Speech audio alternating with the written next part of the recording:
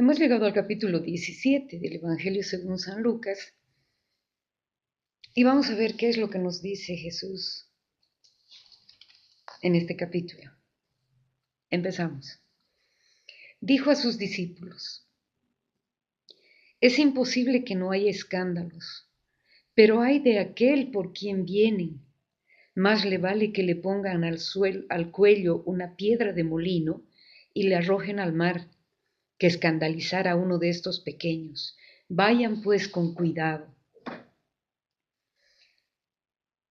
Con esto nos quiere decir, es breve este parrafito, pero nos quiere decir que no es posible evitar que haya ocasiones de pecado. Siempre vamos a estar tentados por el enemigo a caer en pecado. Eso es lo que nos dice aquí. Y dice, más vale que le pongan al cuello una piedra de molino a que escandalicen a uno de estos pequeños. ¿A qué se estaba refiriendo también con eso? Hemos visto todo lo que les estaba diciendo a los fariseos y a los legistas, de que ellos con su vida no daban el ejemplo de lo que estaban predicando. Ellos enseñaban una cosa y, y no daban un testimonio de vida que fuera lo suficientemente claro para que todos pudieran seguirles. Y por eso es que Jesús les dice esto. Ay de aquellos que escandalicen a uno de mis pequeños. Al decir pequeños no se está refiriendo a los niños solamente. Se está refiriendo a aquellos que tienen espíritu de niño, aquellos que están queriendo empezar a crecer. ¿Qué es lo que hace un niño? Un niño, en primer lugar, depende totalmente de sus padres, eso hemos visto. Pero ¿qué hace para empezar a crecer? Tiene que tomar leche y poco a poco ir alimentándose de comida sólida. Eso es lo que también hacemos nosotros. Empezamos con poquito, con lo que nos pueden decir, de lo que nos pueden hablar. Más adelante ya podemos estudiar la palabra, podemos ver qué nos dice, asistir a prédicas, asistir a retiros, estar en grupos de oración, en lugares en los que se nos alimente, estar en una comunidad. No hay cosa más importante que una comunidad, porque la necesidad de estar reunidos en comunidad hace que podamos crecer espiritualmente también. Entonces tenemos que saber que eso es lo que nos alimenta y nos hace crecer en el Señor, igual que a un niño le hace crecer el alimento poco a poco, ¿verdad? Entonces, es de esa forma en la que estamos nosotros queriendo empezar a crecer. Y si vemos qué es lo que hacen también los niños, es seguir el ejemplo de sus padres. Siempre un niño va a hacer lo que hacen sus papás, bueno o malo, pero lo va a hacer.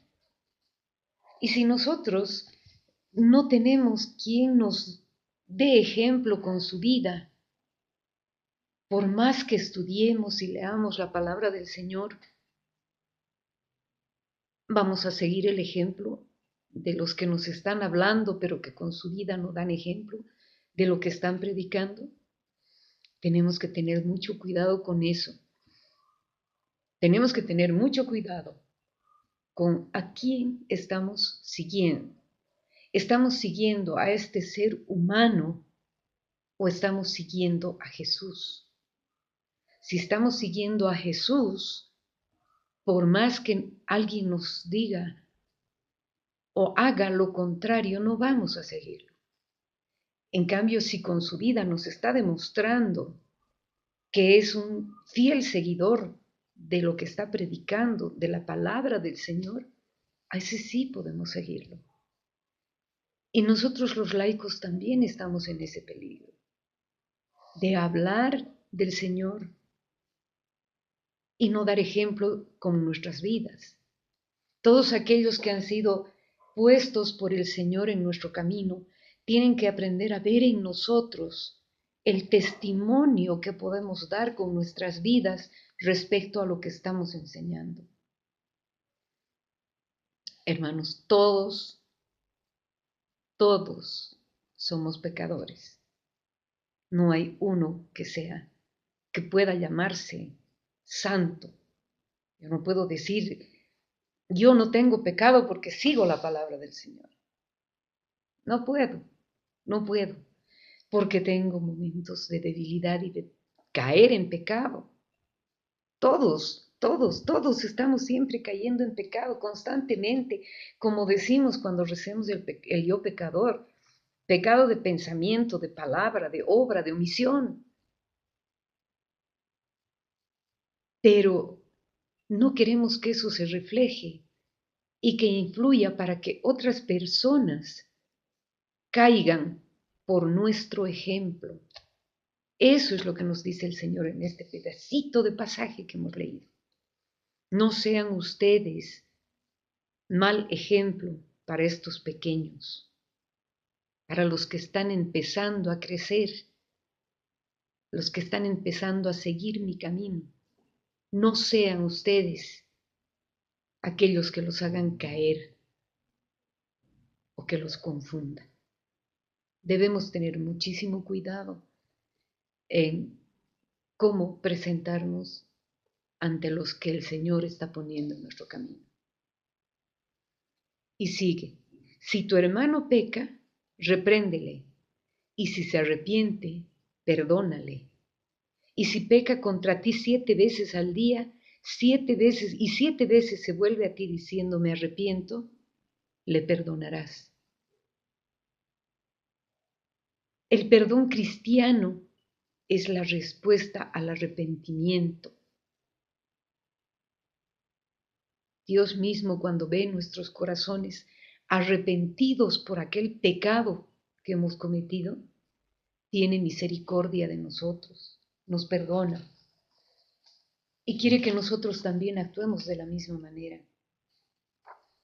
Nuestros pecados ante Dios son siempre mayores, por mucho que nos parezcan chiquititos, pero son siempre mucho mayores que aquellas ofensas o pequeñas cosas que nos molestan a nosotros y que alguien las hace. Y si yo siento que el Señor ante mi arrepentimiento me perdona, tengo que aprender a perdonar, como Él me dice. Si tu hermano viene, peca 7 veces contra ti y las 7 veces viene a pedirte perdón, perdónale.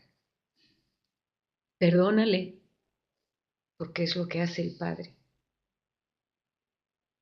Y continuamos en el versículo 5. Imagínense, solo 5 versículos estamos leyendo todavía. Dijeron los apóstoles al Señor, aumentanos la fe. El Señor dijo, si tuvieran fe como un grano de mostaza, le dirían a ese sicómoro, arráncate y plántate en el mar, y les habría obedecido. Si conocen una semillita de mostaza, es una cosita tan minúscula, tan chiquita, tan pequeñita. Y el Señor nos dice, si la fe de ustedes fuera de ese tamaño, así de chiquitito, podrían decirle a este sicómoro, a este árbol, arráncate de ahí y plántate en el mar, y nos obedecería.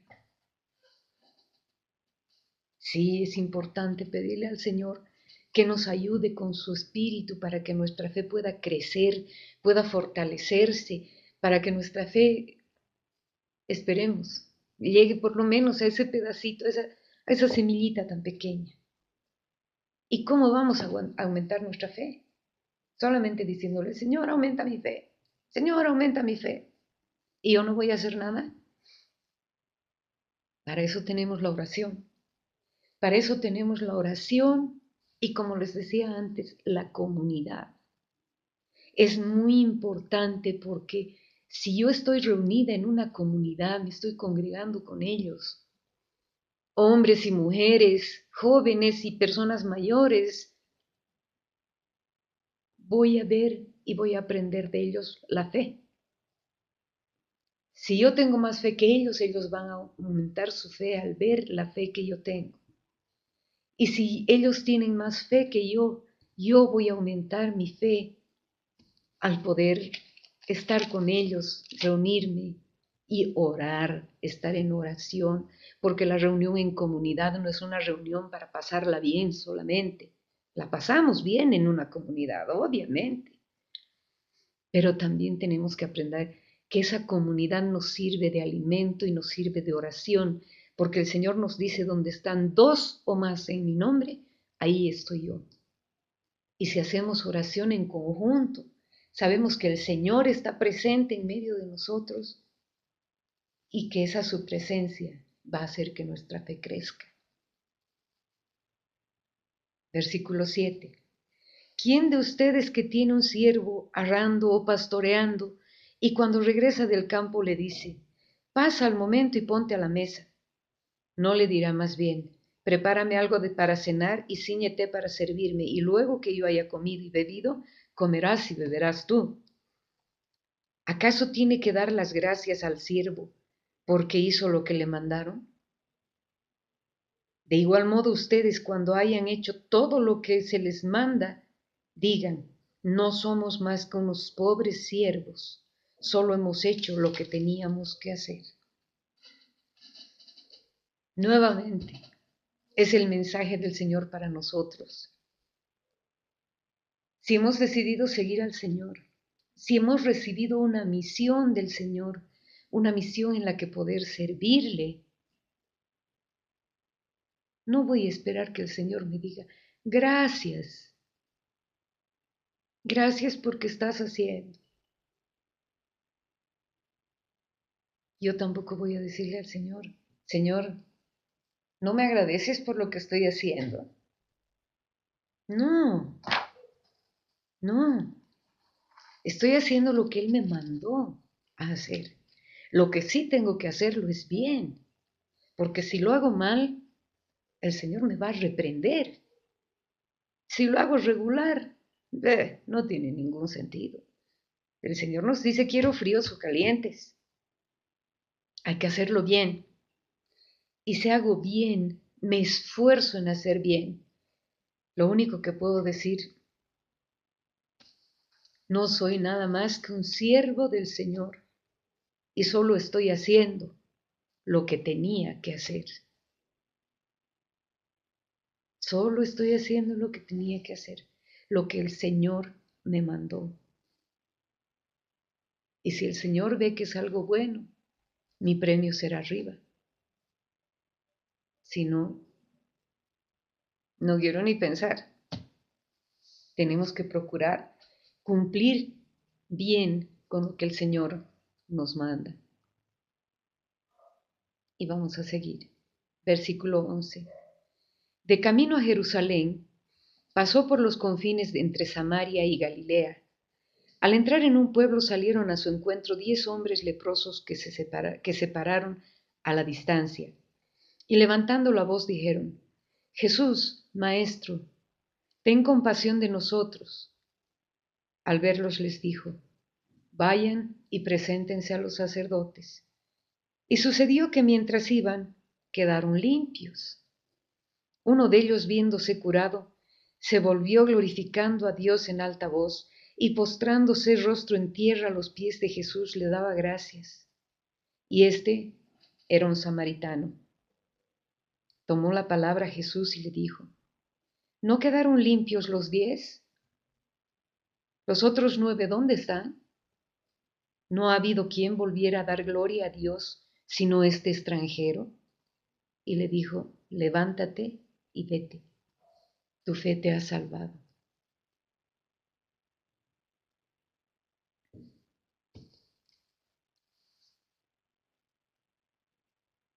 Ya sabemos que los samaritanos y los judíos no se llevaban bien, para nada, para nada.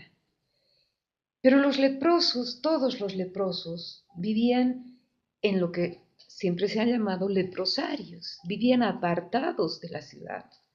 No podían entrar en las ciudades, no podían tener contacto con otras personas. Al contrario, debían estar vestidos de sayal e ir con una campana e ir gritando, soy impuro, soy impuro. Y cuando estos leprosos, estos 10 leprosos, llegan y ven a Jesús y le piden, ten compasión de nosotros. Jesús no les dice nada más que vayan y preséntense a los sacerdotes. Vayan como testimonio de lo que van a recibir en el camino. Y los 10, al ir, quedaron limpios. Y Jesús se admira porque el único que volvió para decirle, Señor, gracias por lo que has hecho por mí, fue un samaritano. Fue uno de aquellos que no querían a los judíos. Los judíos leprosos que habían sido sanados no volvieron, pero el samaritano volvió y dice, postrándose rostro en tierra, y glorificaba al Señor en voz alta y le daba gracias. Y el Señor tiene su frase, levántate y vete. Tu fe te ha salvado. No solo has quedado limpio, sino que por esa fe que me has demostrado has quedado salvado para la vida eterna. Hermanos, le damos nosotros gracias al Señor por lo que nos da cada instante en nuestras vidas. Le damos gracias. O solamente le pedimos y el momento que recibimos, nos alegramos, nos ponemos contentos, disfrutamos y nos olvidamos de decirle, Señor, gracias. Gracias porque me has despertado. Gracias por este nuevo día. Gracias porque puedo hacer esta oración a ti. Gracias porque cada día te estoy conociendo más. Gracias porque me regalas tu espíritu para vivificar mi vida.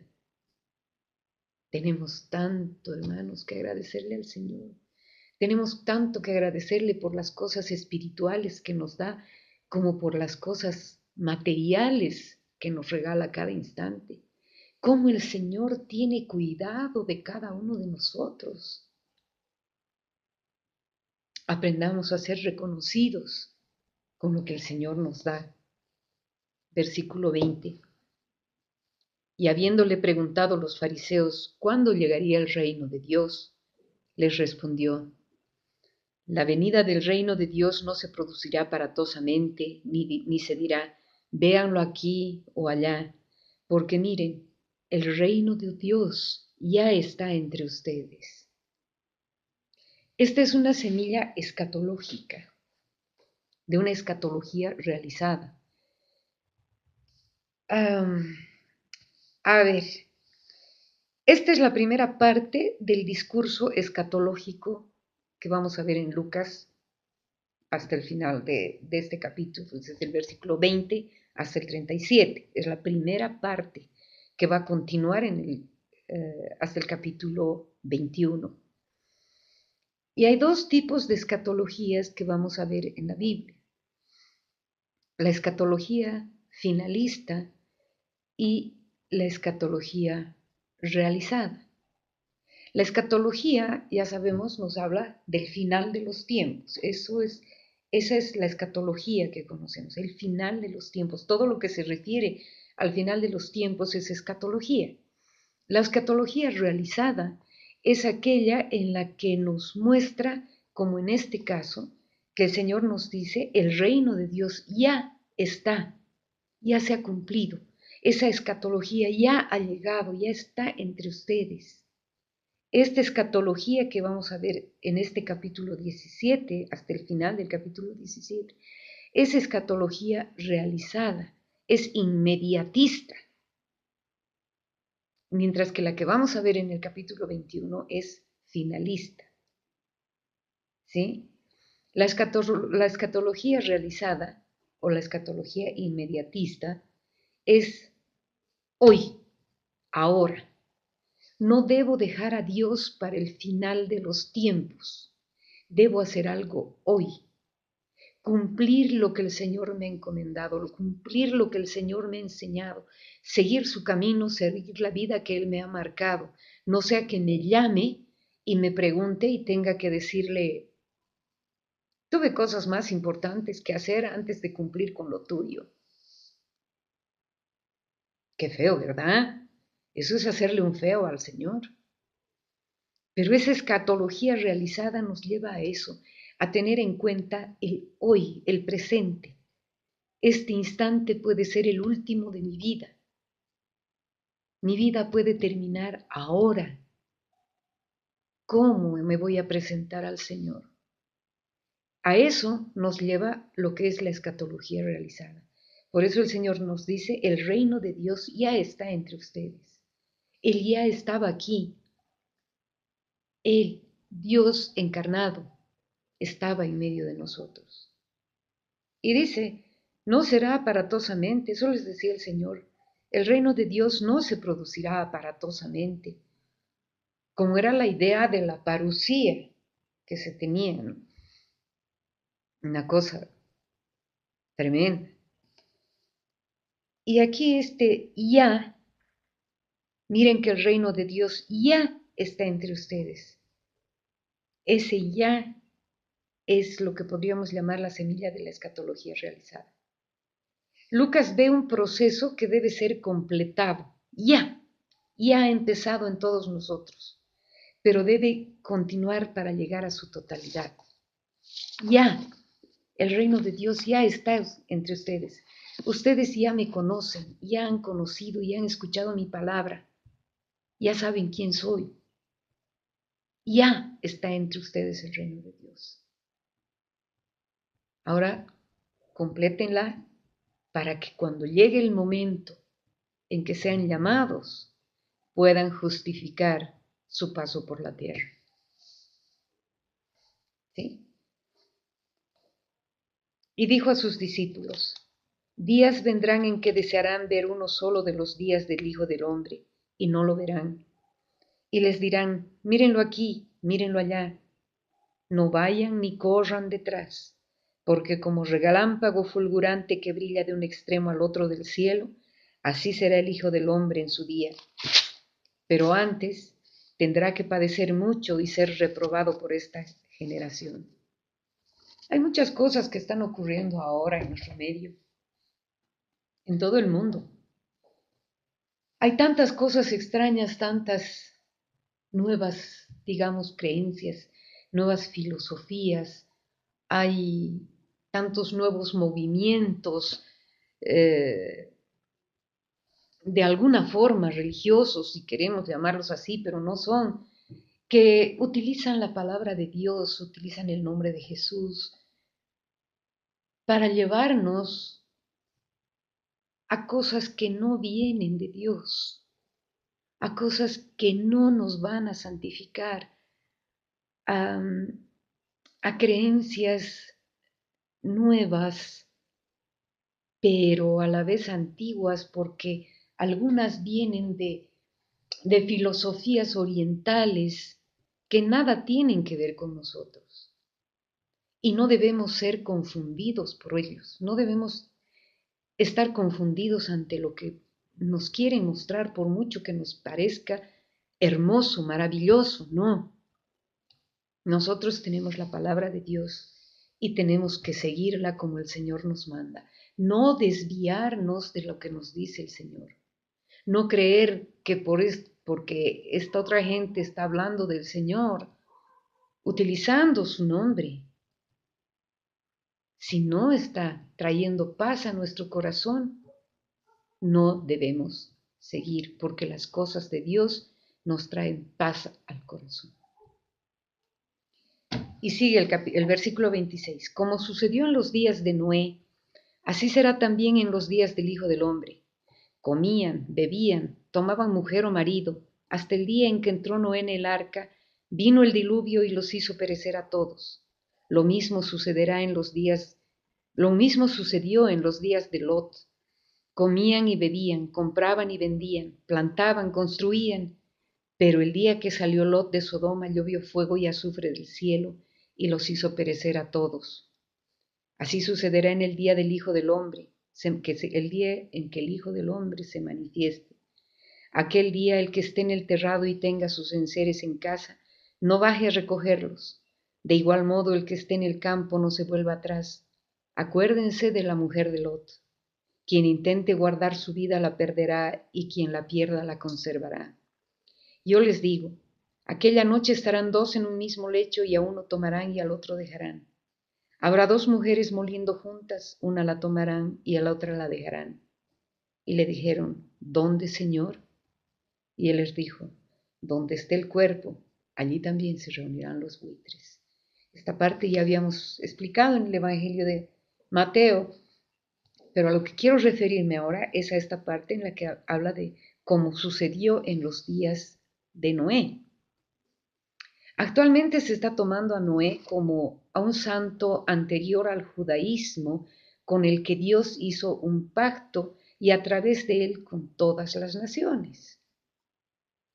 Ahora, vamos a ver 4 alianzas que ha hecho el Señor con el pueblo, con la humanidad.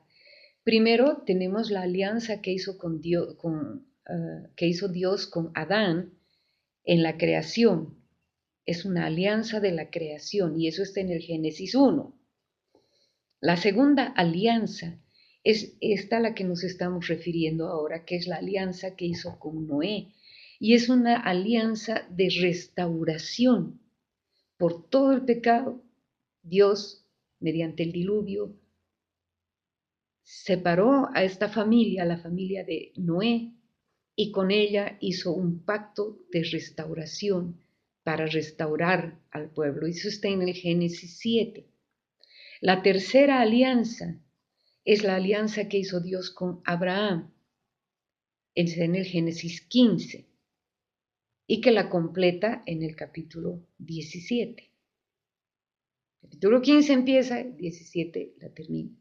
Y la cuarta alianza, que es la última alianza que se ha hecho con la humanidad y es la alianza definitiva, es la alianza de Dios con la humanidad a través de Jesucristo, por Jesucristo.